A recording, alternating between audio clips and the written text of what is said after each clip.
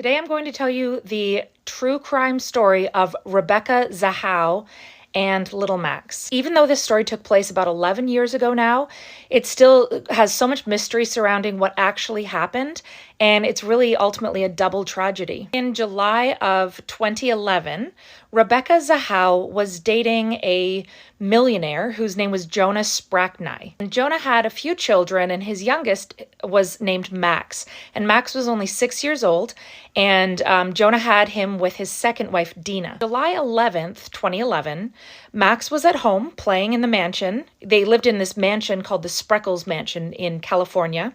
That was their summer home. In the house was also Rebecca, and her younger sister was also visiting at the time. What happened was little Max was running around playing upstairs on the second floor balcony, like it's sort of a balcony that hangs over, and there was a railing there with a banister, and he ran and tripped, they think, and he went over the banister and he hung on to the chandelier, and it all came crashing down onto the ground below. He suffered a lot of injuries.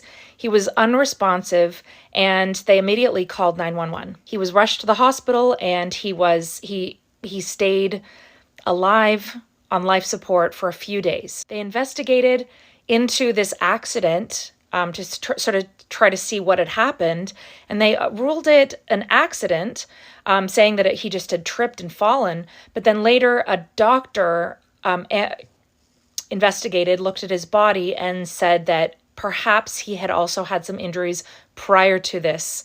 So it was sort of up in the air. In the end, it was ruled an accident. So July the 12th, the next day after this had happened, Jonah's brother, Adam, had flown in to help out with the whole situation.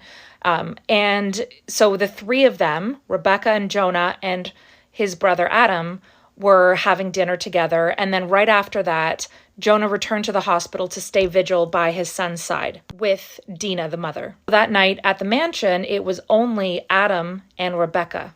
Early morning on July the 13th, Adam called 911 to report that he had found Rebecca's body hanging outside from a balcony. And it was really strange. She had no clothes on. She had clothing stuffed into her mouth. Her hands and her feet were bound. But they declared it a suicide. Little Max did pass away from brain injuries due to the accident on July the 16th.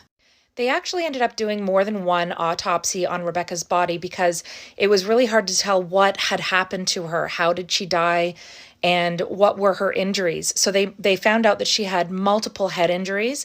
And one of the autopsies revealed that instead of having injuries from hanging, it was actually more of like a strangulation. So perhaps Adam had done this. And there was also some evidence that she might have been assaulted.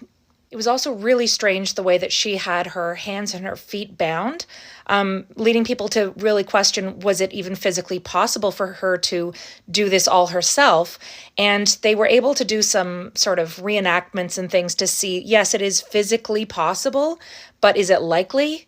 So it was really confusing. Oh, and there was really weird evidence too. Like there was black paint that had just been used, and it was painted on the doors inside of the room that said, she saved him.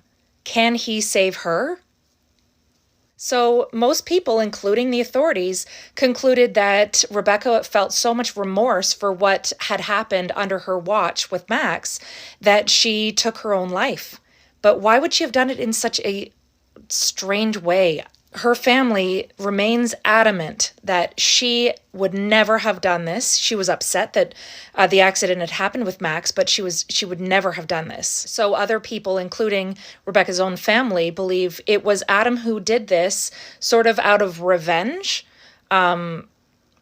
because he held her responsible for what happened to Max. Rebecca's family, the Zahows, actually filed a lawsuit against Adam for her death. In 2018, a jury actually found Adam guilty of the death of Rebecca, but it wasn't a criminal proceeding. It was actually a civil lawsuit. So it just had to pay some money towards the family. So in 2019, the Zahau family offered a $100,000 reward for any new information that could come forward to help convict, to get Adam convicted of the murder of Rebecca.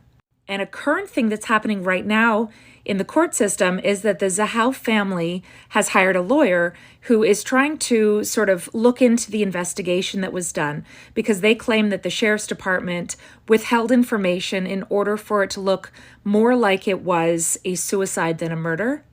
They're claiming that there was sort of, I don't know if they would call it corruption, but that it wasn't done properly. And that's why it had so quickly been ruled a suicide, despite so many suspicious circumstances to this death. So let me know what you think happened.